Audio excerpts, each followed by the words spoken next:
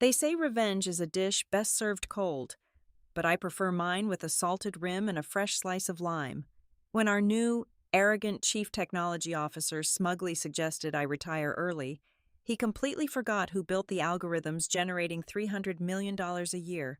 He fired me on a Friday afternoon, exactly 48 hours later. His entire global network crashed, and my consulting fee suddenly became $5 million. Hello to our amazing listeners at Boss Revenge Stories, and thank you so much for tuning in today. Unfortunately, YouTube has recently disabled our channel's monetization, leaving us without the budget to keep operating. If you enjoy today's story, please consider supporting us with just $1 so we can pay our staff, help them cover their living expenses, and continue creating the stories you love. You can easily donate by scanning the PayPal QR code on your screen or by clicking the PayPal link in the description or the pinned comment below. My name is Aurora Rivera. I am 34 years old, and until recently, I was the lead systems architect at Nexus Flow Freight, a massive transportation and logistics technology giant headquartered in the cold, windy heart of Chicago. To understand how things went so spectacularly wrong for them, you first need to understand the invisible load-bearing wall that held their entire corporate empire together. That wall was me. More accurately, it was a piece of software I built from absolute scratch called Pulse. Pulse was not just a simple algorithm. It was an artificial intelligence routing and automated warehouse management system that acted as the central nervous system for everything the company touched. Every single truck that crossed a state line, every shipping container that was loaded onto a freight train in the dead of night, and every automated forklift moving heavy inventory in our distribution centers was governed by the code I wrote. It was a masterpiece of digital architecture. Every millisecond of delay in our industry could cost tens of thousands of dollars, and Pulse ensured those delays simply did not happen. It was the sole reason Nexus Flow was pulling in $300 million in revenue every single year. For 8 years, I lived and breathed that code. I was the textbook definition of a workaholic, though I prefer to call it being fiercely protective of my creation. I survived on strong black coffee and the pure adrenaline of solving complex logic puzzles. I was always the first person in the building, swiping my security badge at 5 in the morning while the rest of the city was still asleep. I loved the quiet isolation of the early hours. It gave me time to monitor the massive global data streams pouring in from our facilities across Europe and Asia before the chaotic, aggressive noise of the day shift began. I was also invariably the last person to leave the building, staying well past 8 in the evening to ensure every single error code had been meticulously swept away and every server was running cold and fast. I did not engage in trivial office politics. I did not waste my time brown-nosing executives at the water cooler or laughing at the chief executive officer's terrible jokes. My language was logic, efficiency, and total system uptime. And for a long time, the board of directors loved that about me, or rather, they loved what my absolute silence provided. They came to view my relentless dedication as a given, an immutable law of physics within their corporate ecosystem. To the wealthy men sitting in high-backed leather chairs on the top floor, I was not a human being who required rest, acknowledgement, or validation. I was simply a highly efficient, maintenance-free piece of machinery. They expected me to operate flawlessly, 24 hours a day, 7 days a week, without ever asking for a bigger piece of the massive financial pie I was baking for them. They never offered me a meaningful bonus, nor did they ever publicly acknowledge that their record-breaking quarterly earnings were entirely dependent on my architecture. I did not mind the lack of praise. I took a quiet, arrogant pride in the fact that while they wore $1,000 custom suits, it was my fingers flying across a mechanical keyboard in the dimly lit server room that actually kept the lights on. But then, the atmosphere in the office began to shift. Slowly at first, and then all at once, Nexus Flow secured a massive new round of venture capital funding. Suddenly, the quiet, humming sanctuary I had built was invaded by a swarm of new executives and middle managers. These were loud, overly confident men who had never written a single line of functional code in their lives. They did not understand the intricate, delicate balance of a global logistics network. Instead, their entire professional existence revolved around drawing colorful pie charts on PowerPoint presentations and aggressively utilizing empty corporate buzzwords. The hallways, once filled with the quiet murmur of engineers solving real technical problems, were now polluted with phrases like synergistic alignment, leveraging paradigm shifts, and agile disruption. They would stand in front of projection screens, wearing their pristine designer shoes and luxury smartwatches, lecturing my exhausted engineering team about scalability and cloud integration, as if they had just discovered fire. They scheduled endless mandatory meetings to discuss productivity, ironically halting any actual work from getting done. It was agonizing to sit in those sterile conference rooms, listening to men who could not tell the difference between a router and a server dictate how we should optimize the very system they knew absolutely nothing about. The invisible load-bearing wall was starting to feel the strain, not from the weight of the data, but from the crushing incompetence of the new management team. They looked at the $300 million Pulse generated and decided they were the geniuses responsible for it. That toxic, suffocating environment set the perfect stage for the arrival of the worst of them all. The embodiment of this new regime materialized on a crisp Tuesday morning. His name was Julian Vance, our newly appointed Chief Technology Officer, freshly imported from the sun-drenched tech hubs of Silicon Valley. Julian was a man who seemed to have been genetically engineered in a laboratory that mass-produced corporate executives. He possessed a sharply sculpted jawline, impeccably styled hair that never moved, and a wardrobe consisting entirely of ridiculously expensive bespoke suits. He carried himself with the unearned swagger of a man who believed his mere presence increased the company valuation by at least 20%. Julian did not speak in normal human sentences. He communicated entirely in aggressive, hollow tech jargon. Within his first 48 hours, he was already pacing up and down the engineering floor, aggressively gesturing with a cup of artisanal matcha latte while lecturing my senior developers about mandatory cloudification and aggressive resource optimization. He viewed the existing infrastructure not as a finely tuned machine, but as an annoying obstacle to his grand vision. I tried, repeatedly and politely, to explain the highly specific, custom-built nature of our architecture. I brought him detailed schematics and flowcharts, attempting to show him that our system could not simply be dragged and dropped into a generic public cloud server without causing catastrophic latency issues. Every time I tried to warn him about the strict data dependencies and the fragile input and output cycles, he would wave his hand dismissively. He treated my technical warnings as mere complaints from an outdated employee. He told me I was being overly conservative, that my attachment to physical hardware was holding the company back, and that I simply lacked the dynamic mindset required for true innovation.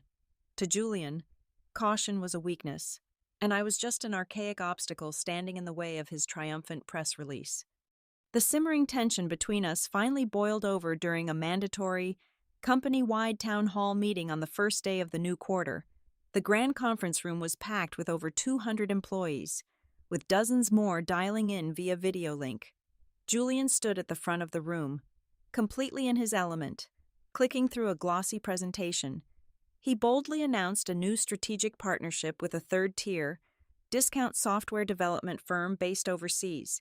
He proudly declared that to cut operational costs by 15%, he was going to grant this external, unvetted team full root access to our core routing logic. I felt the blood freeze in my veins. Giving root access to a bargain contractor was the digital equivalent of handing the keys to the bank vault to a stranger you met on the street. It was a massive, unforgivable security risk. I did not wait to be called upon. I stood up from my chair in the second row, my voice echoing clearly across the silent room. I explicitly outlined why granting external core access would severely compromise our data integrity, exposing the entire freight network to potential breaches and systemic collapse. I used plain, undeniable facts, citing 3 specific security protocols that his plan would immediately violate. A heavy, uncomfortable silence descended upon the room, All eyes shifted from me to the man standing by the projector. Julian flashed a fake, charismatic smile that faltered for a fraction of a second, his eyes lighting up with raw irritation. But instead of engaging with my technical arguments, he resorted to the cheapest tactic in the corporate playbook. He chose public condescension. He stepped away from the podium, walked slowly over to where I was standing, and heavily placed his manicured hand on my shoulder. It was a deeply patronizing, theatrical gesture designed to make me look small. He squeezed my shoulder slightly, flashed a brilliant, utterly soulless smile at the audience, and leaned in just close enough for his lapel microphone to catch every single word. "This system is far too archaic for my vision," Julian sneered, his voice dripping with venomous pity. "You have done a cute job keeping the lights on, but the tech world moves fast. Maybe you should retire early. Darling, let younger, more dynamic minds take over this era." The collective gasp in the room was completely audible. 200 people held their breath, waiting for me to shatter. They expected tears. They expected me to scream, to throw my notebook, or to storm out of the room in a dramatic display of emotional defeat.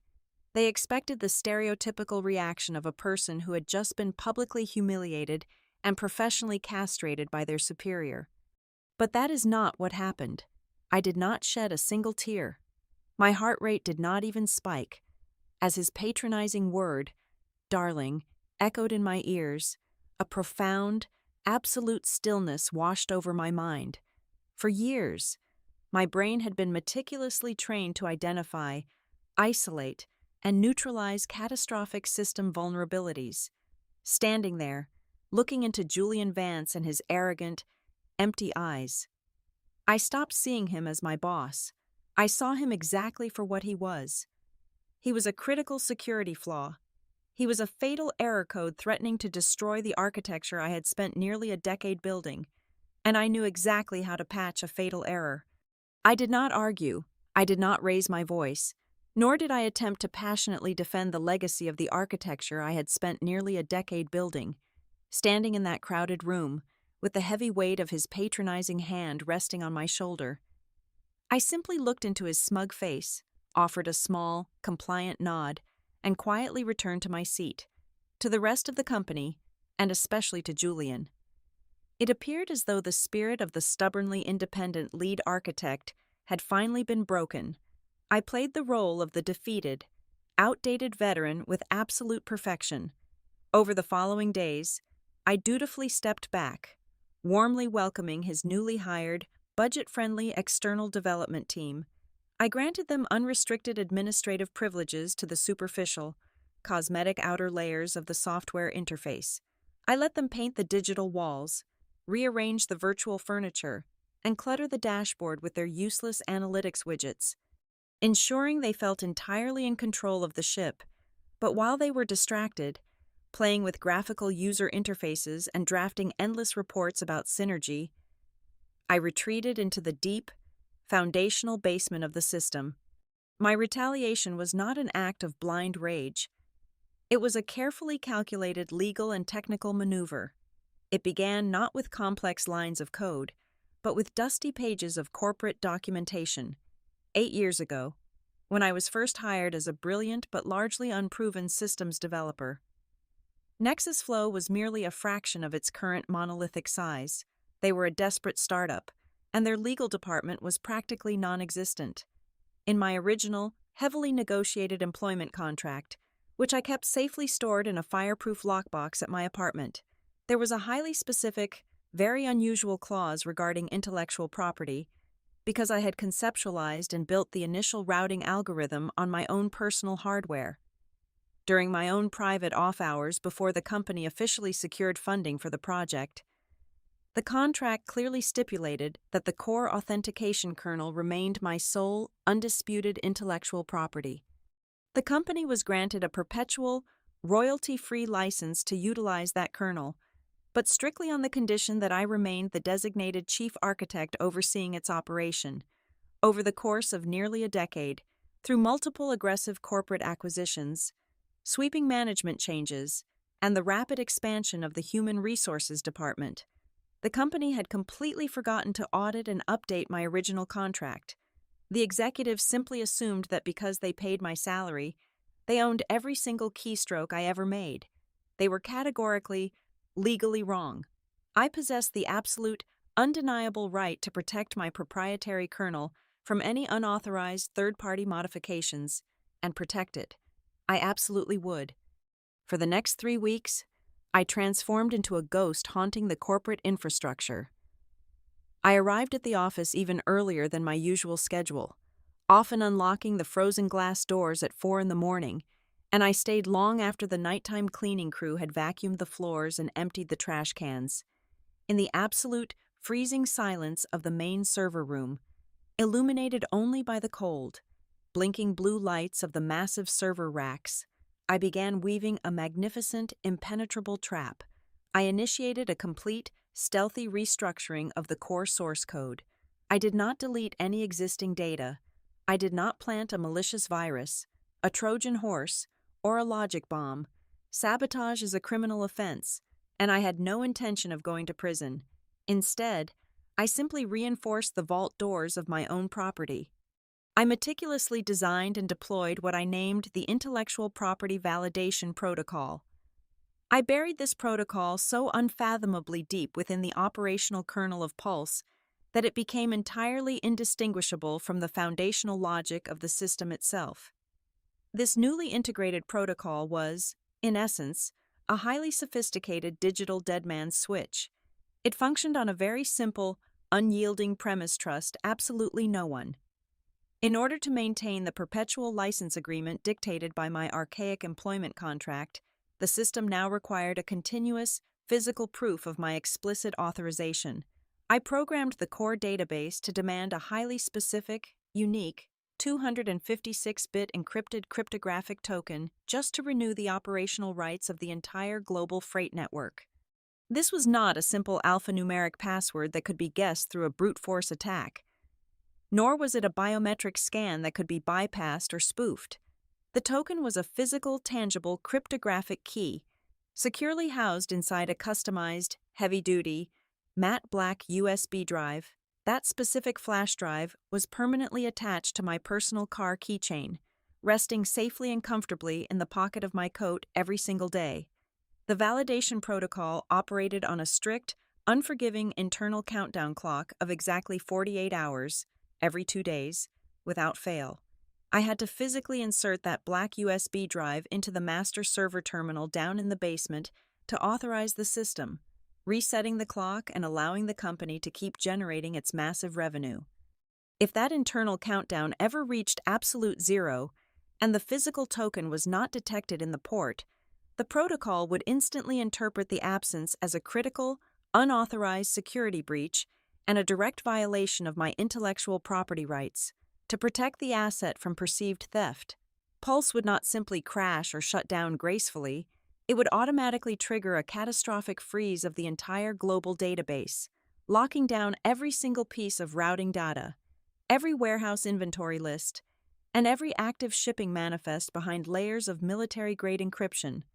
While I was meticulously arming this silent, digital time bomb beneath the floorboards of the company, our newly appointed Chief Technology Officer was completely, blissfully oblivious.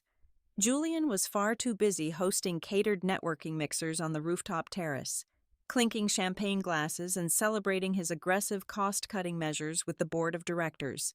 He spent his afternoons systematically terminating the employment of veteran engineers who actually understood the delicate physical infrastructure, casually replacing them with eager, incredibly cheap, and inexperienced recent college graduates who would never dare to question his authority. He was so deeply preoccupied with trimming the quarterly budget, organizing photo opportunities, and admiring his own reflection in the glass walls of his corner office that he never once bothered to audit the core commits I was quietly pushing to the mainframe. He assumed I was just doing routine maintenance, and even if he had possessed the basic diligence to look at the logs, he entirely lacked the fundamental technical literacy required to comprehend the complex, deadly security commands I was weaving into the architecture.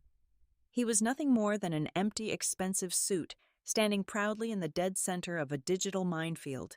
entirely unaware that through his own blinding arrogance, he had just handed me the detonator. It was the final Friday afternoon of the month, the exact hour when corporate cowards traditionally choose to execute their dirtiest work. The sprawling open-plan office was already mostly empty, bathed in the long, fading orange light of the setting sun as employees rushed home for the weekend. I was deep into a diagnostic log when my desk phone rang. It was Julian's executive assistant, curtly informing me that my immediate presence was required in his corner office. I locked my workstation, walked down the glass-paneled hallway, and pushed open his heavy oak door. Julian did not even bother to look up from his dual-monitor setup when I entered.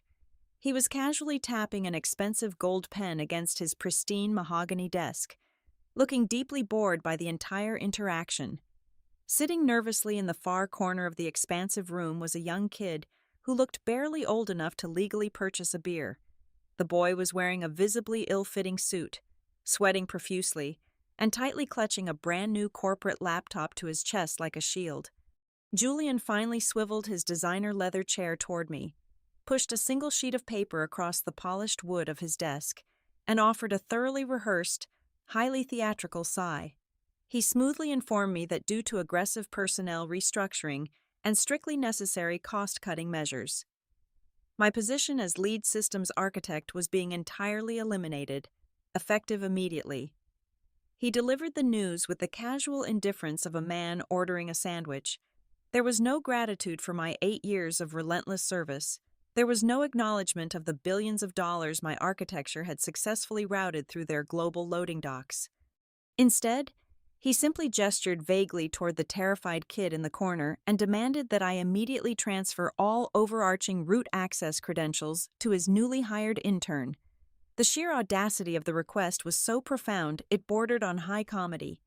He was literally demanding the master keys to a global logistics empire so he could hand them to a child who had likely just finished his university final exams a week ago.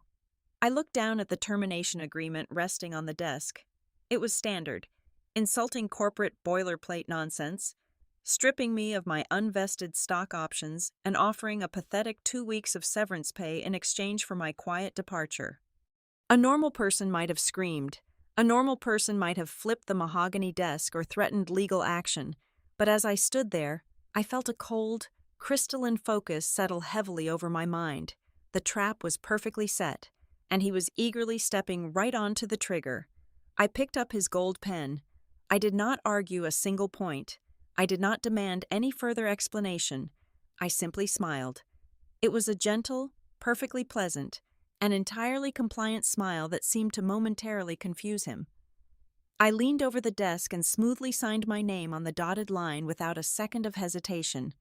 I then grabbed a piece of company letterhead, wrote down the login credentials for the superficial, administrative shell accounts, the fake dashboard accounts I had specifically built to keep his offshore team distracted, and handed the paper directly to the trembling intern. "Good luck with the new project," I said, keeping my voice incredibly warm and steady as I looked directly into Julian's arrogant eyes. "I sincerely hope your cloud integration goes exactly as you have planned." Julian smirked, clearly mistaking my total compliance for pathetic submission. He confidently buzzed building security to escort me to my desk to pack my personal belongings. The walk back to the engineering floor was quiet. I placed my favorite coffee mug and a few personal notebooks into a small cardboard box. But before I surrendered my security badge at the main lobby turnstiles, I turned to the burly security guard and politely mentioned I needed to use the restroom on the lower subterranean level before leaving the premises. He nodded, completely uninterested in my movements. I bypassed the restroom entirely and slipped silently into the restricted, heavily air-conditioned corridor leading to the main server room. The air down here was freezing, heavy with the relentless, comforting hum of industrial cooling units and the frantic, rhythmic blinking of thousands of data nodes. I walked straight to the master control terminal at the very center of the room.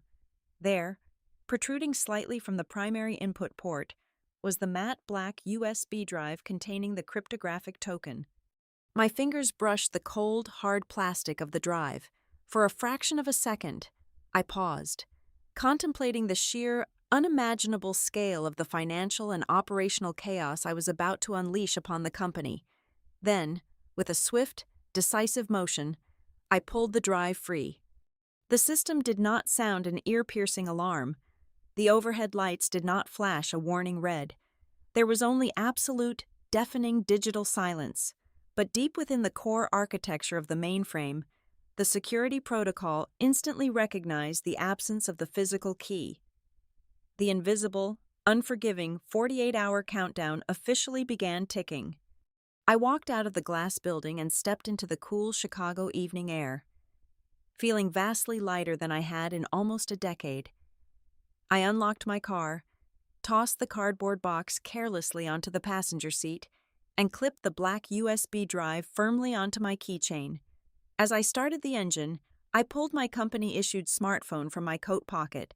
I rolled down the window and dropped the expensive device directly into a nearby municipal trash can on the sidewalk. Let them try to call me. I drove the long, scenic route home, peacefully watching the vibrant city lights blur past my windshield. When I finally walked into my apartment, I did not open my laptop. I did not check my personal email. Instead, I walked straight into my kitchen, grabbed a bottle of premium tequila, and meticulously crafted a perfect margarita, complete with a heavily salted rim and a fresh slice of lime. I stepped out onto my balcony, took a long, incredibly satisfying sip of the icy drink, and looked out over the glowing skyline. For the first time in 8 long years, I was completely off the clock, and I fully intended to enjoy every single second of my newfound freedom. The weekend passed in a glorious blur of uninterrupted sleep, leisurely walks along the lakefront, and absolute silence. I did not spare a single thought for the towering glass building downtown, but while I was brewing my morning coffee, sipping a dark roast and watching the sunrise, a digital apocalypse was unfolding precisely as I had engineered it. At exactly 7 o'clock in the morning on Monday, the merciless 48-hour internal timer reached absolute zero. Deep within the subterranean server room, the intellectual property validation protocol executed its final check. It reached out into the physical port, searching for the 256-bit cryptographic key, finding absolutely nothing. The protocol engaged its self-preservation sequence. It did not simply crash. It violently slammed the vault doors shut on the entire corporate infrastructure. In a matter of milliseconds, the core routing algorithm froze.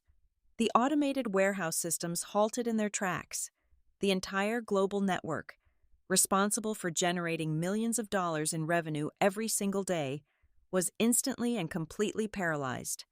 Across the expansive corporate floors of Nexus Flow Freight, thousands of computer monitors simultaneously flickered, turned pitch black, and then illuminated with a single, unyielding line of stark white text. It read, IP Security Error 404 Chief Architect Certificate Not Found. System locked to protect assets. It was a beautiful, terrifying digital tombstone. The immediate real-world fallout was catastrophic. The company floors transformed from a sterile corporate environment into an absolute war zone. The customer service hotlines instantly lit up like a Christmas tree, overwhelmed by thousands of furious clients screaming into the receivers, demanding immediate financial compensation for their stranded cargo. Huge, 18-wheeler trucks were suddenly trapped at state borders, their drivers aggressively honking their horns and blocking way stations because the automated customs clearing codes had simply vanished from their tablets. Giant automated cranes in distribution centers across Europe stopped mid-air, suspending shipping containers weighing tons high above the concrete floors. The internal communication channels collapsed under the weight of thousands of panicked messages from regional managers. Nothing could move in, and absolutely nothing could move out. The logistical heartbeat of the empire had flatlined. Down in the engineering department, the polished, expensive facade of our new chief technology officer completely shattered. Julian Vance was no longer the arrogant, perfectly coiffed visionary who had casually fired me on a Friday afternoon. He was drenched in a cold, panicked sweat, the jacket of his bespoke suit discarded on the floor, his silk tie yanked loose. He was frantically pacing the floor, aggressively slamming his fists against expensive mechanical keyboards and screaming profanities at the terrified new hires. "Bypass the lock. Just bypass the damn lock and reboot the core servers right now," he roared, his voice cracking with pure desperation as he hovered over the trembling intern he had appointed to replace me. But there was no bypassing the lock.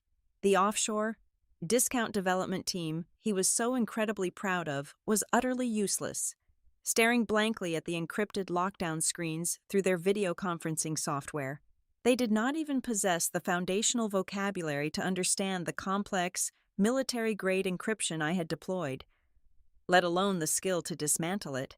Every desperate attempt to force a manual override simply triggered secondary lockdown protocols, burying the database behind even thicker cryptographic walls and pushing the data further out of their frantic reach. Julian picked up his desk phone, frantically calling his expensive tech connections, begging for a backdoor solution. But anyone who looked at the terminal output gave him the exact same answer. Without the physical token, the system was an impenetrable fortress. The brutal reality of his own staggering incompetence began to close tightly around his throat.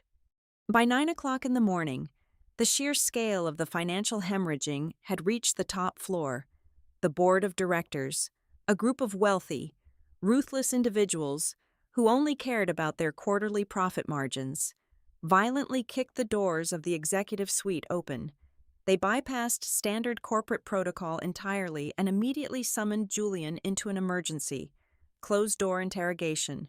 Sitting at the head of the massive obsidian conference table, the chief executive officer did not offer Julian a seat. The board members stared at the sweating, disheveled tech executive with a mixture of profound disgust and rising panic.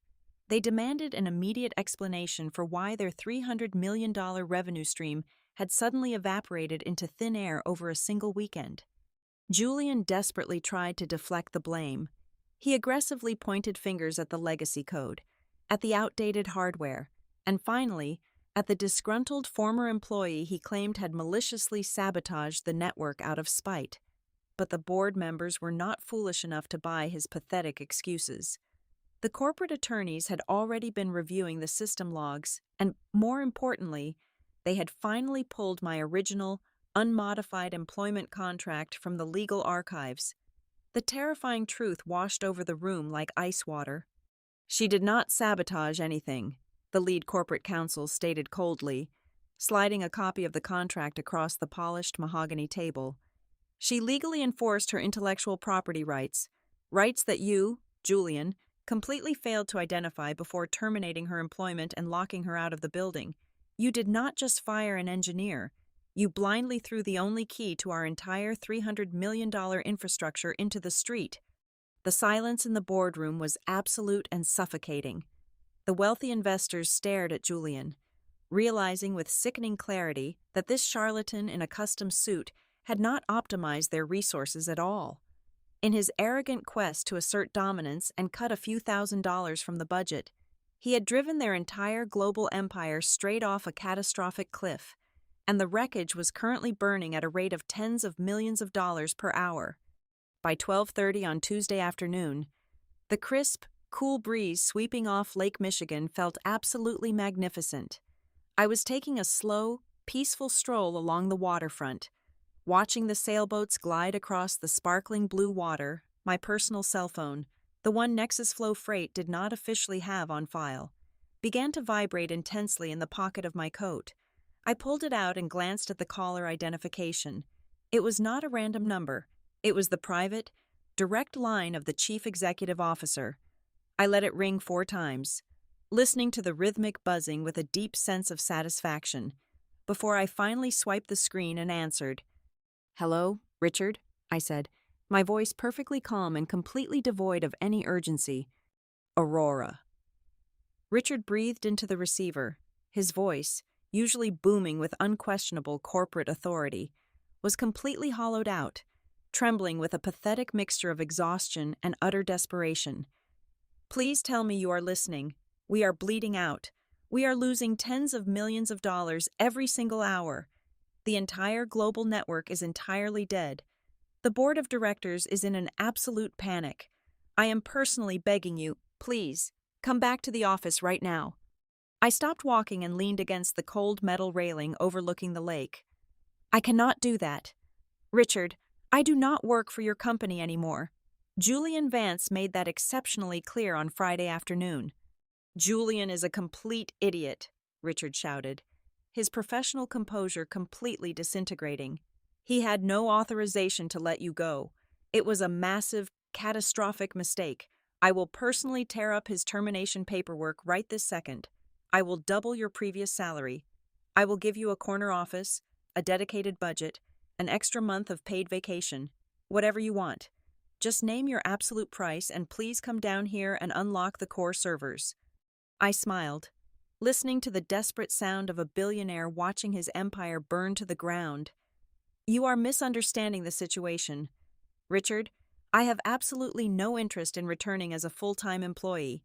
I do not want a corner office, and I certainly do not want to work under your management ever again. Furthermore, as your legal department has likely informed you by now, the authentication core locking your system is my sole intellectual property. It is legally mine.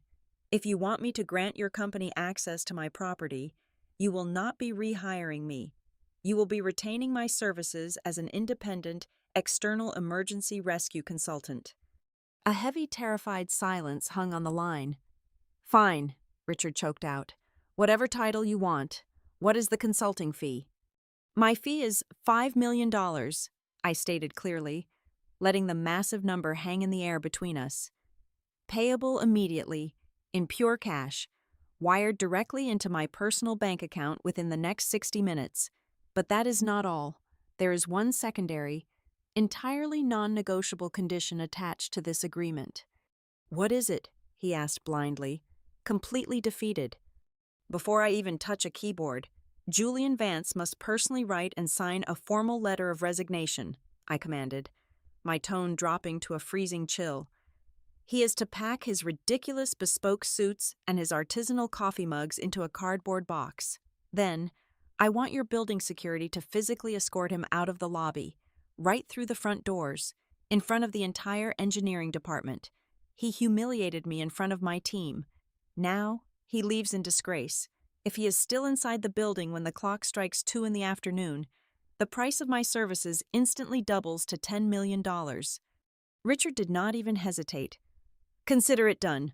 I will have the legal team email you the consulting contract in 3 minutes. I ended the call, slipped the phone back into my pocket, and walked away from the lake toward my favorite corner cafe. Back at the corporate headquarters, the scene that unfolded was a masterpiece of poetic justice.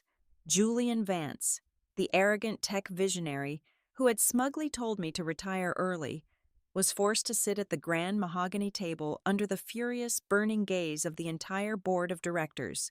With a shaking hand, he wrote his immediate resignation. He was stripped of his title, his unvested stock options, and every shred of his unearned dignity. 2 burly security guards marched him down to the main engineering floor.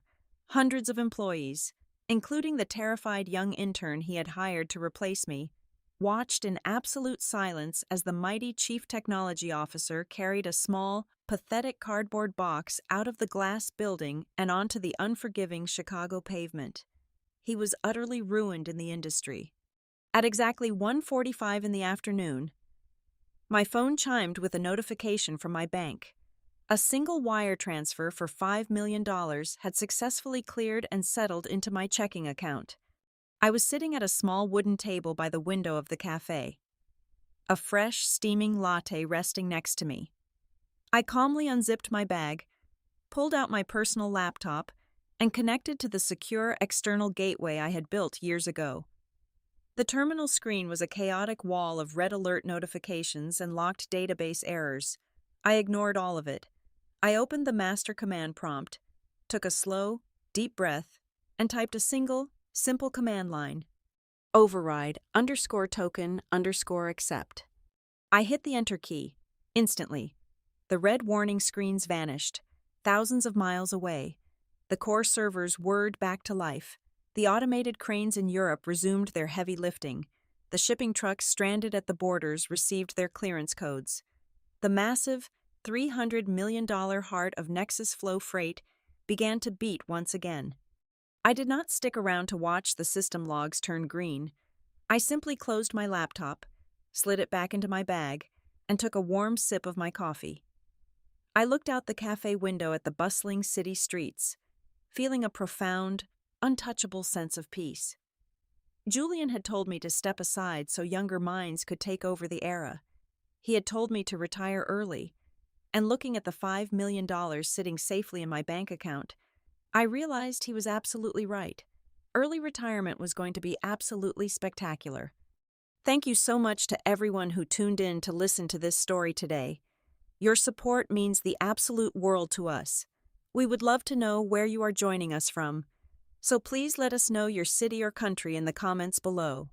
As a quick reminder, if you enjoyed today's corporate revenge story, please consider helping our team with a simple $1 donation. You can scan the PayPal QR code currently on your screen, or use the PayPal link provided in the description and pinned comment. Your generous $1 contribution goes directly toward paying our hardworking staff, helping them feed their families, and allowing us to keep creating the satisfying stories you love. Thank you again. Stay safe, and we will see you in the next one.